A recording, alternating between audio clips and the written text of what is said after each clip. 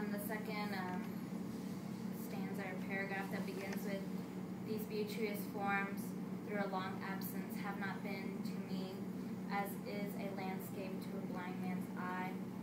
In this part, he's shifting back to the past, to his memories. And when he says, "but oft in lonely rooms, amid the din of towns and cities," right here, all of this, he's saying that the memories that he has, they mean a lot to him, and that he relies on them. He relies on these memories to keep him alive while in the city, while he's in the din.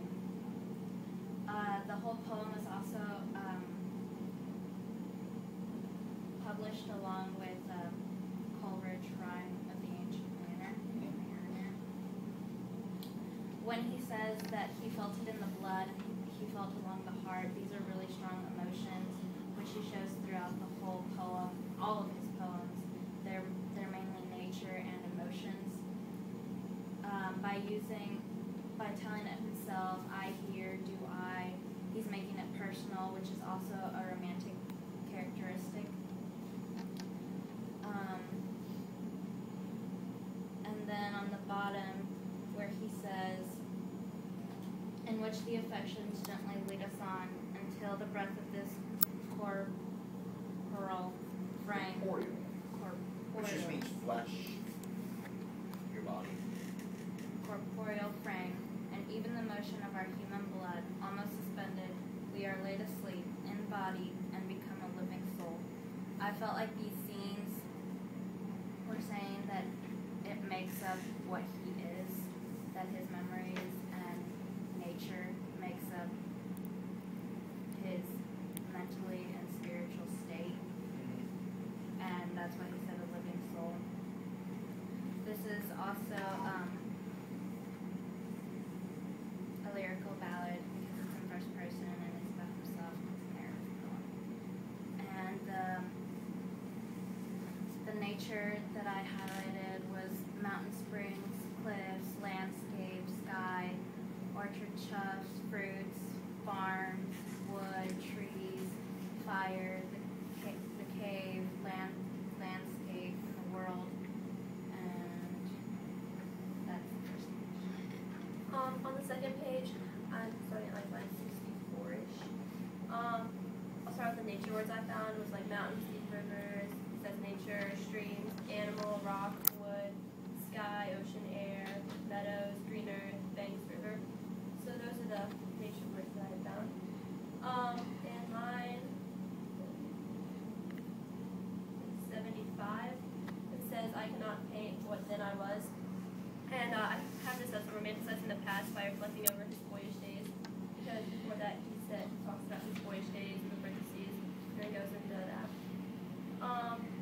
After that it says, "The sounding cataract wanted me like a passion, the tall rock, a mountain, and the deep and gloomy wood, their colors and their forms were then to me an appetite, a feeling, and a love that had no interest or nor charm by thought supplied, nor any interest unborrowed from the eye."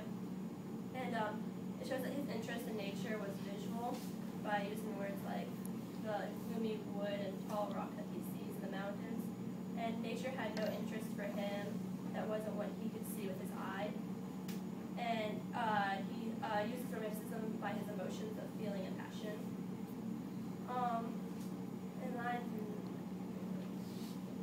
96, it says, "A sense sublime of something far more deeply infused with whose dwelling is the light of setting suns." I found it as he's considering the changes in scenery since his last visit 5 years ago. He's overcome with that quote. That's what I found. In line 100. Hey, before you move off, Yes. that's line 95, isn't it? Yes. Okay. What do you see is that sense sublime? Well, I had to look up sublime, and it's causing wonder or astonishment. So, I found that he was like astonishing to him because of this, like the look and everything. To causing what or astonishment? The astonishing, like this, like the sight he sees, and like the setting sun. So, are you reading that as just as a pretty scene? That's what I kind of got from it. Okay, let's look at that.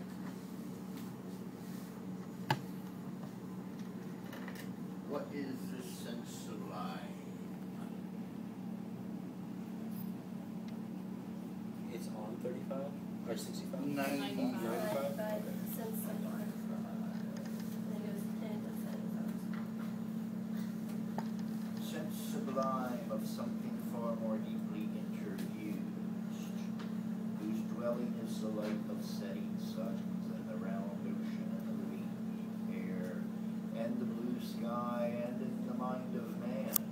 It doesn't stop there. A mind and a spirit that impels all thinking objects, all objects of all thought, and rolls through all things.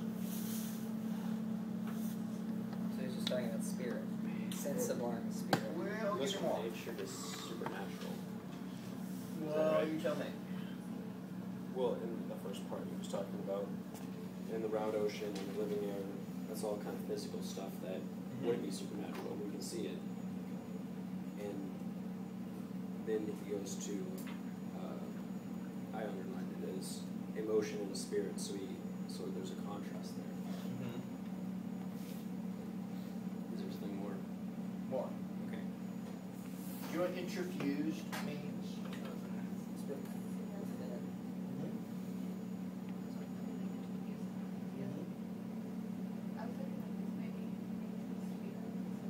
I think you're on the right track. Yeah. So, a sense of the spirit of nature, which is a part of sun, ocean, air, sky, and the mind of man, and that propels, fuels all thinking things. And maybe the easiest and most straightforward line is and rolls through all things. Yeah, I said that in line 100, where it says emotion and a spirit. I feel like the spirit's like connecting everything together. There you go. So where is he getting that sense of interconnectedness? What gave him that?